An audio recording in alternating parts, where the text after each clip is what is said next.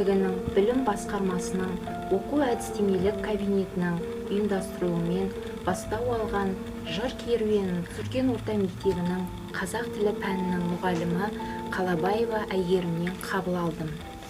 Және бұл жыр шеруді Жасөркен орта мектебінің мұғалімдеріне жолдаймын.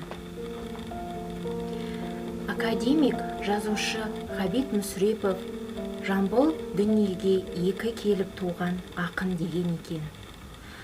Бірінші келгенде анасының құрсағында 9 ай 9 күн толғатып келсе, екінші дүниеге келгені 90 жасқа деген екен.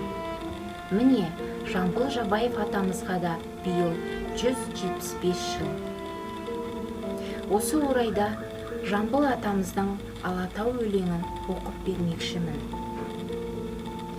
Тізілген таулары бар Жетісудың, ішінде орман тоғай біткен нудың. Дариядай сол таулардан тулап аққан, көресің тамашасын аққан судың.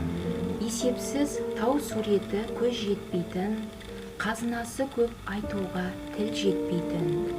Өрік, алма, алмұрт, жеміс жидегі көп, бір татсаң ауызыңнан дәм кетпейтін. Қарлы тау басы биік, мұнар кетпес, сырласып бұлттар менен болған кептес. Түрлі аңдар мекен етіп өніп өсіп, жүретін бір-бірімен боп тілектес. Ар жағы еңіреген ел Қытай елі, бер жағы ен жайлаған қазақ жері. Басында бақыт жырлап Жамбыл отыр, желбіреп қызыл жалау шығыс белі.